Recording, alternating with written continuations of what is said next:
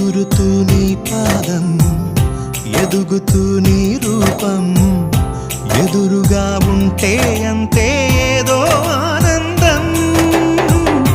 అడుగుతూ కాసేపు, అలుగుతూ కాసేపు, అనుక్షణం నీతో ఉంటే ఎంతో సంతోషం.